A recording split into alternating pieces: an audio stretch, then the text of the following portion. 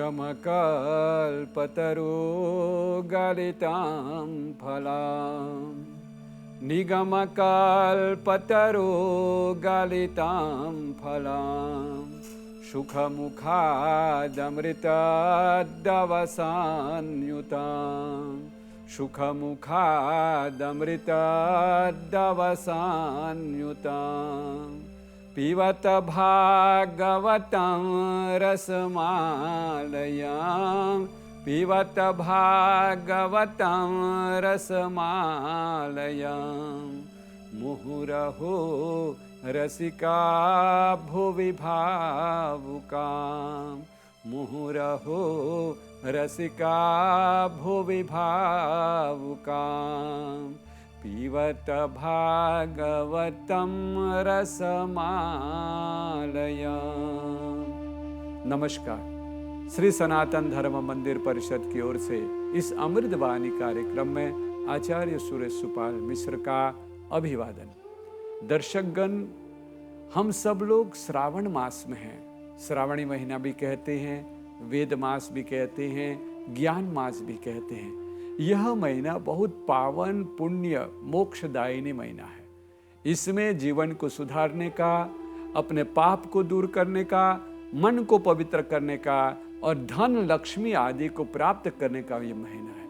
यह महीना गुरु पूर्णिमा से प्रारंभ होता है, क्योंकि गुरु ही आपको अच्छा मार्ग बताता है जीवन को सुंदर बनाने के लिए। इसीलिए वेद मास क्यों कहते हैं?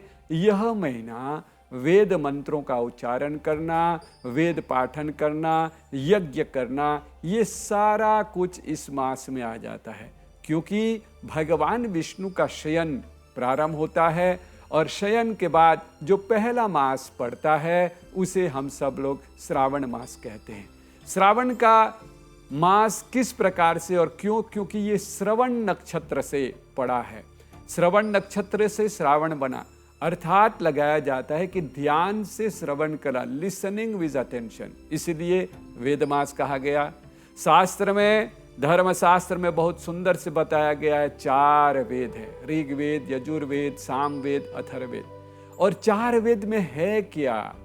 4 वेद में अगर वेद को पाठन करेंगे तो बहुत सुंदर से लिखा जाता है कि 60% 60% ऑफ वेदास वो जो है संस्कार जिसे कहते हैं, और 40% जो वेद का होता है वो होता है इतिहास। ये 60% वेद में संस्कार आ जाता है। और संस्कार कितना है? 16 संस्कार है।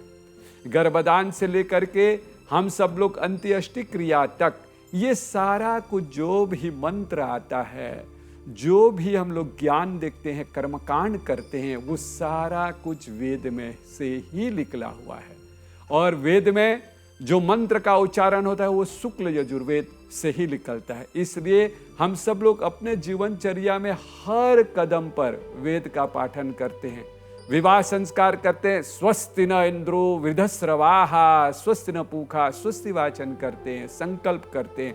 हर एक पूजा का ध्येय जो होता है वो सब मंत्रों से ही होता है, और ये सब मंत्र वेद में ही है। और शुक्ल यजुर्वेद से हम सारा कर्मकांड को लेकर के चलते हैं। तो उसी प्रकार से अगर आपको सुंदर बनना है, आपको यशस्वी बनना है, आपको धनी बनना है, तो एक ही चीज का पाठन होता है, उसे ज्ञान। ज्ञान, वेद मंत्र, कर्म, एक्शन के बाद रिएक्शन होता है। इसीलिए कहते हैं रूपम देहि जयम देहि यशो देहि दिशो जय ही। क्यों कहा गया? आपको सुंदर बनना है। सुंदर कैसे बनेंगे?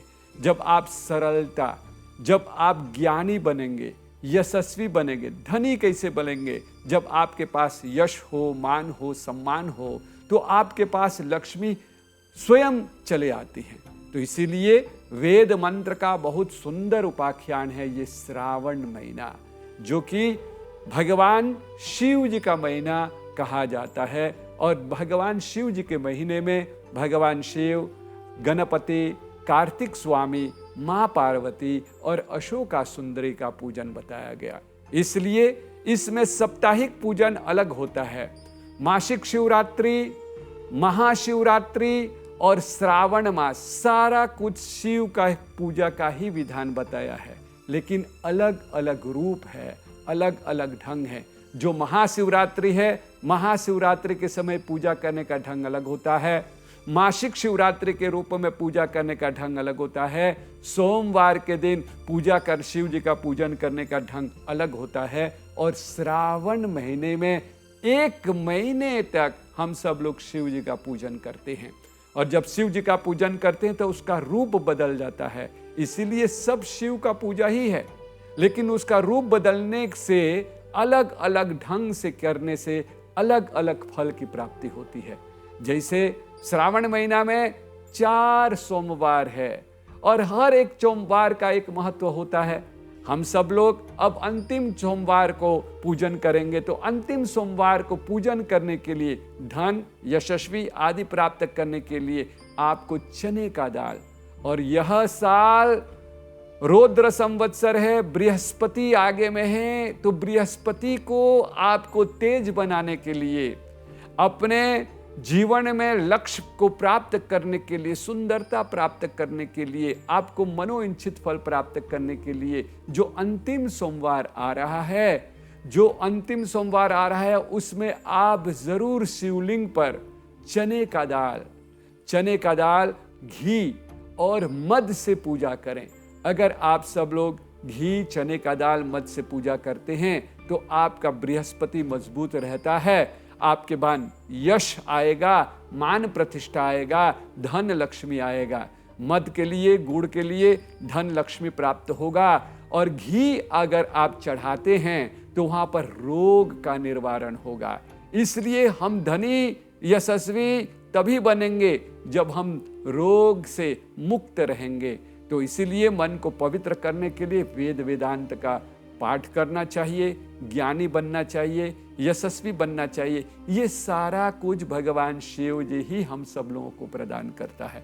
इसीलिए बहुत सुंदर से कहा गया, नमः शंभवाय च मयो भवाय च, नमः शंकराय च मयस्कराय च, नमः शिवाय च शिवतराय च। ये बहुत सुंदर मंत्र है और इसका जो अर्थात है वो भी बहुत सुंदर है। सब कुछ त्याग करके मोह माया को त्यागना है, अहंकार को त्यागना है, मन को सरलता में लाना है, शंभव भगवान के अपने आप को भगवान को अर्पण करना है। इस प्रकार से श्रावण महिमा बहुत सुंदर आता है। और यही श्रावण मास में ही दोष का निवारण करने के लिए नाग पंचमी आता है, जो कि अभी अभी गया है। गत सप्ताह सोमवार को 17 तारीख को नाग पंचमी था और उसमें दोषा पूजा, मंगल पूजा, ग्रहों का पूजा का नियम बताया गया है। इसलिए यह महीना इतना उत्तम है। अगर आप सब लोग सोमवार के दिन पूजा कर रहे हैं तो हमेशा चावल से पूजन करना, चढ़ाना आपको सुख समृद्धि के प्राप्त करने के लिए। मंगलवार को अगर पूजन कर रहे हैं तो लवंग से पूजन करना, बुधवार को पूजन कर रहे हैं तो इलायची से पूजन करना, और बृहस्पतिवार को पूजा कर रहे हैं तो आप सब लोगों को चने का दाल से पूजन करना चाहिए। और शुक्रवार को पूजन कर रहे हैं तो हर का दाल चढ़ाना चाहिए। और शनिवार को अगर आप पूजन कर रहे हैं शिवलिंग पर तो काला तिल के साथ जो है आप पूजन करेंगे तो सर्वग्रह रोग दूर होता है।